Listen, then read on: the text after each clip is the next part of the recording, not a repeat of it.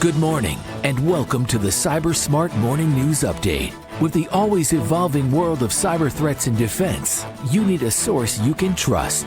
FBI retired Special Agent Darren Mott guides you through today's intricate cyber landscape and brings you the latest headlines and insights and what it means to you. Let's dive into today's cyber news. Good morning, friends. It is Wednesday, June 5th, 2024. This is the Cyber Smart Morning News Update. I'm your host, retired FBI Supervisory Special Agent Darren Mott. I'm going to get right into the news because, again, I have a bunch of news articles. I had to stop looking at my sites because so many were popping up that I just said, I got to talk about this one. I got to talk about this one. I got to talk about this one. So I might have to figure out another way to add additional information on these things. There's so much news going on that I can't do it in 15 minutes more. I mean, I can't do it all in 15 minutes. So I'll try to keep it under 15 just to give you the basic bits of information here. But as always, I recommend you read the articles in this podcast and obviously find other sources of information to stay on top of the cyber news, because if you can understand the threats targeting you, you can assess your risk, proceed wisely, and knowledge is protection, all that kind of stuff. Let's get right into it. This is I don't think I've talked about this, but this is a bad idea by Microsoft. This is from the Register.com, Richard Speed reporting. And that analyst joined the call for Microsoft to recall. If Microsoft intended the 2024 Build event to be overshadowed by controversy, then it succeeds, as calls intensify for the company to rethink its strategy around recall. The Windows Recall feature, still in preview, takes a snapshot of a Copilot Plus PC user screen every couple of seconds and then sends it to a disk, letting the user scroll the archive of snapshots when looking for something or use an AI system to recall screenshots by text. It's gone down badly with security researchers and privacy experts, with the latest to cast judgment is directions on Microsoft analyst Barry Briggs, who asked the question, should Microsoft Recall be recalled? Well, I'll tell you right now, it should be. While reiterating the concerns about capturing sensitive information, Briggs also highlighted the investments Microsoft has made in Purview, its family of compliance services. I mean, there's more on that, but I'm going to dig into that part of it. But here's the point on this. No business or company should buy any of these PCs that have this Copilot Plus with this recall, because you're going to have sensitive company data that is stored on a drive on the PC. Chances are small companies aren't going to have the personnel to be able to disable this feature, to be able to block access to the file where all this stuff is held, and bad guys are going to immediately go to where that file is stored, because chances are most people, 99%, will save it in the default folder that it comes with, and bad guys will know where that is. I recommend anybody looking to buy a new PC, do not buy one of these. I'm sorry. I mean, obviously, if you need Windows and that your only choice is one with a Copilot Plus, then figure out a way to encrypt your hard drive, do all the stuff you need to do to keep it secure, but most people don't. Most businesses don't. This is a bad idea by Microsoft. It's probably sounded good in concept, but the reality of it is horrible. And again, as always, if someone has an alternate theory and I'm way off on this, let me know. But I have not seen anybody who says, well, I can't wait to get a PC with this thing on. It's going to be great. So again, this is not good. This is the TikTok level of software, and we're going to talk about TikTok in just a little bit, so something to look forward to. CyberNews.com, this is Paulina Conti reporting. Kickstarter star leaks over 500,000 records with clients' data. Over 500,000 records with client data and a decade's worth of support tickets have been publicly exposed and likely accessed by threat actors after a U.S. accessory maker forgot to set a password. Again, this all comes down to people not doing the right thing, not being able to do the right thing, not knowing how to do the right thing. Peak Design, a California-based manufacturer and retailer of bags and accessories for travelers and photographers, exposed its clients' private data to anyone on the internet. The company is known for a dozen crowdfunding campaigns and a strong Kickstarter community, which helped successfully raise nearly $36 million to fund the creation of its award-winning product designs. The leaked data include customer email addresses, home addresses, order information, shipping tracking codes, and customer support inquiries. Now, if that's all it is, that's not horrible, but still it's bad, right? And chances are we'll find out that there's more information that was taken, probably banking information at some point, because if you're doing Kickstarter, you are inputting information on how to pay for your part on the Kickstarter campaign. But anyway, On March 25th, the Cyber News research team identified the leak and informed the company. While the data appeared on search engines on April 24th, the leak support tickets span nearly a decade, from June 2014 to May 2023, magnifying the scope of the leak. So this, there's a ton of information bad guys can use from this, especially if it goes back 10 years. That's historical information. The data leak was caused by a publicly accessible Elasticsearch instance. Elasticsearch is an open source search engine for searching and analyzing large amounts of data on websites and systems. Access to the Elasticsearch servers should never be exposed to the public web without proper authentication, as it's a common target for threat actors preying on user data. Ransomware bots especially target poorly secured instances and white data. So again, this just goes to show, again, people don't know what they're doing with cybersecurity. Find help, people. There are people that will help you with this. Find them, use them. Help yourself. Good God. Darkreading.com. This is Jai Vijayan reporting. Ukrainian systems hit by Cobalt Strike via malicious Excel file. A threat actor, probably from Russia, is attempting to deploy the Cobalt Strike post-exploit toolkit on Windows systems belonging to users in Ukraine. And what Cobalt Strike is a penetration testing tool, and there's malicious ways that bad guys can use it. So if they get access to a system, they download Cobalt Strike, they can then do a penetration test on the system to see what other computers are connected, things like that. It's a well-known attack. The focus of the campaign appears to be to gain complete remote control of targeted systems for future payload deployment, and potentially other malicious purposes, researchers at Fortinet said in a blog post this week. The security vendor described the threat actor as using a Ukrainian-themed Excel file with an embedded Visual Basic application macro as an initial lure. If the unwary user enables the macro, it deploys a dynamic link library downloader obfuscated via the Confuser EX open source tool on the victim system, meaning the user never even knows this happens in the background, doesn't know it's loaded. One of the first things that DLL downloader does is look for the presence of antivirus and other malware detection tools on the compromised system. If the downloader detects the presence of one, it immediately terminates further activity. Otherwise, it uses a web request to pull the next stage payload from a remote location. The DLL downloader is designed so it can only download the second stage payload on devices located specifically in Ukraine. From there, the downloader then executes a series of steps that results in Cobalt Strike getting deployed on the victim device. So I say all this because if state actors note that this is a successful methodology, they will then deploy it elsewhere. They will create Excel files and downloaders that are only work specifically on devices, say, in the UK or the US or Canada or wherever. So again, the point here is there's a lot of good information on this that you should look at. Again, I'm sure there's a Russian actor, so they are certainly not against coming at other countries in the West. So again, this is one of those, understand the threats, understand what they're doing, and figure out ways. Obviously, if you have a system that has any kind of continuous monitoring or a SIM solution, and you are looking for Cobalt Strike on your system, then solves your problem, because you will find computers will start to beacon with the Cobalt Strike and you'll be able to see it and you can take them offline. But again, most small companies that are probably targeted, especially here in the Ukraine on this example, don't have that, don't see it, and therefore it's successful. Cyberscoop.com, Christian Vasquez. Rural hospitals are particularly vulnerable to ransomware, report finds. Now, my point to this is, no kidding. Is this really a shock? The most vulnerable hospitals are unprepared to deal with the impact of digital extortion as ransomware attacks target healthcare facilities. As healthcare providers continue to get hammered by ransomware, a new report from an influential think tank warns that rural hospitals are likely to be the hardest hit by such attack unless the industry makes major cybersecurity investments. All true, but is this really a big shock? This is being written like this is, woo, who knew this beforehand? Nobody knew it. The study from CSC 2.0, an offshoot of the Cyberspace Solarium Commission, finds that whether the U.S. healthcare sector will be able to protect itself against future cyber attacks hinges largely on how much or how little funding Congress will allocate to address the issue.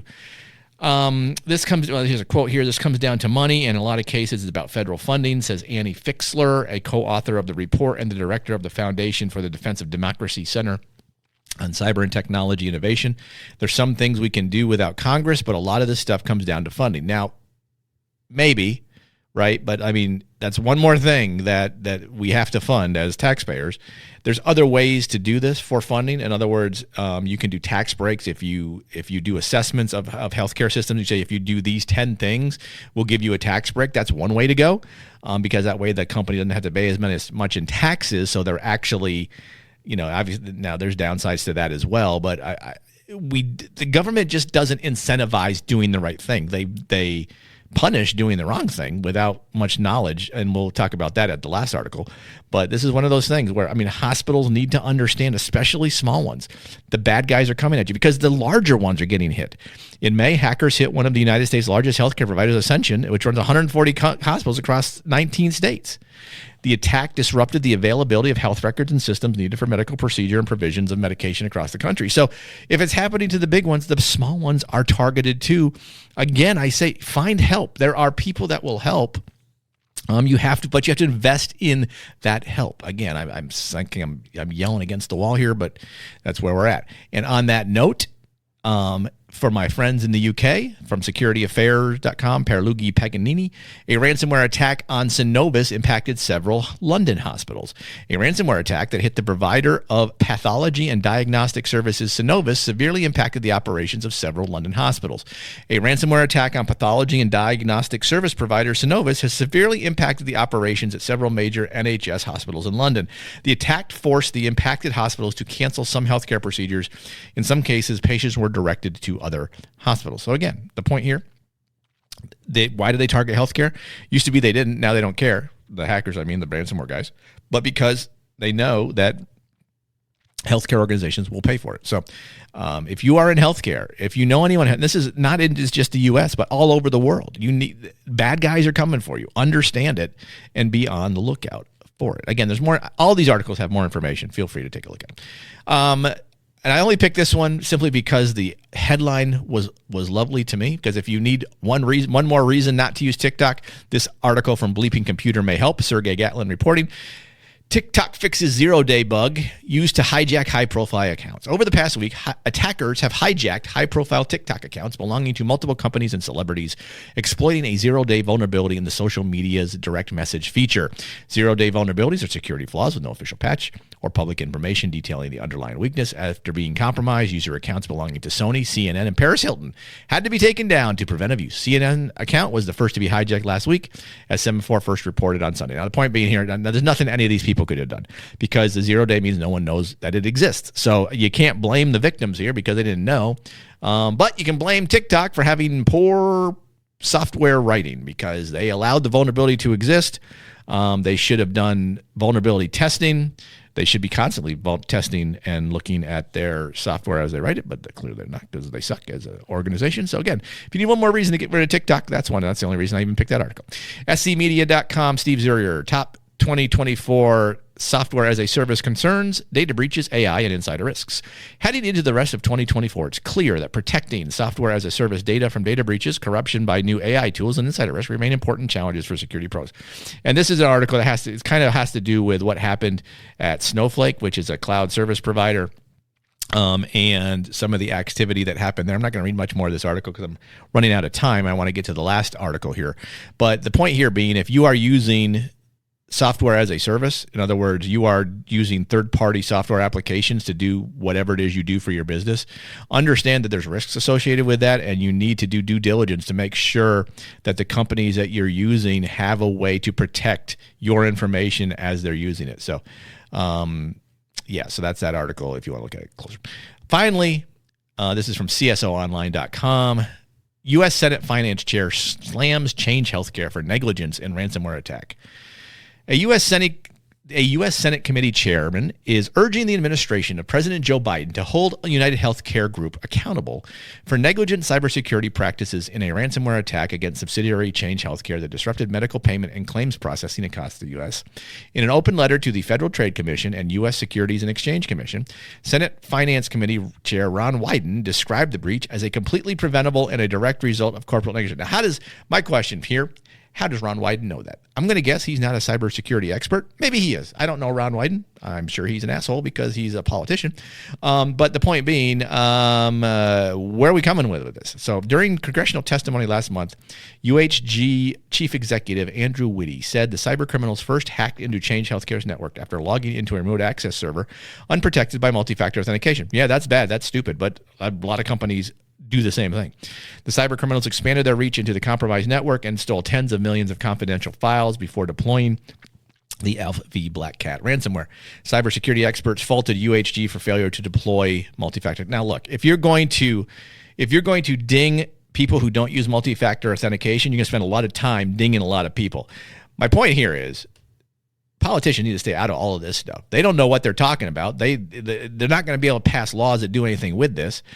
I don't remember SolarWinds being necessarily dinged badly in the sense of other than getting yelled at. So if I'm a company, I'm allowing the Senate to yell at me because they don't know shit anyway. So who cares? But the point here being is, politicians need to, they can express their concern, but why this is a news article because some idiot politician is mad is beyond me. But again, sure, Change Healthcare, that was a bad attack.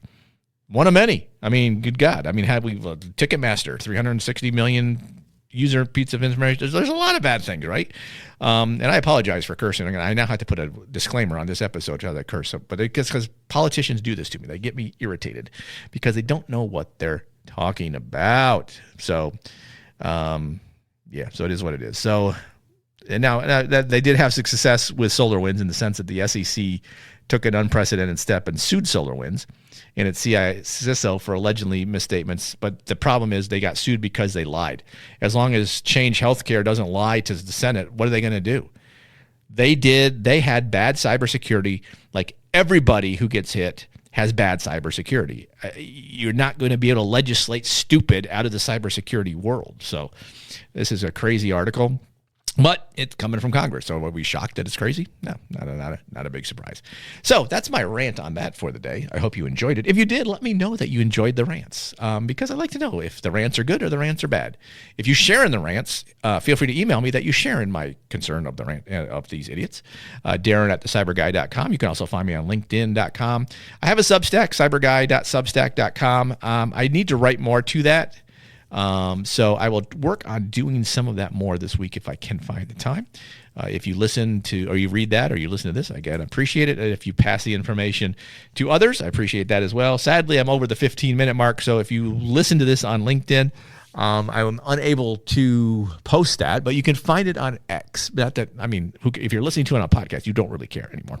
But because you are listening to it on the podcast platform, you don't really need to go to those places. But so I'm kind of rambling on now because it's late at night. It's not late at night, but I'm just kind of tired. And my feet are cold. So with that, know that knowledge is protection. If you can understand the threats targeting you, you can assess your risk, proceed wisely. Thanks as always for listening, for downloading, for sharing. Have a safe Wednesday, and we will be back again on Friday. Cyber Smart Morning News is written and produced by Cyber Guy Productions. Feel free to email thoughts, comments, or suggestions to Darren at thecyberguy.com or follow Darren on LinkedIn at linkedin.com/in/DarrettMott. Thanks for listening.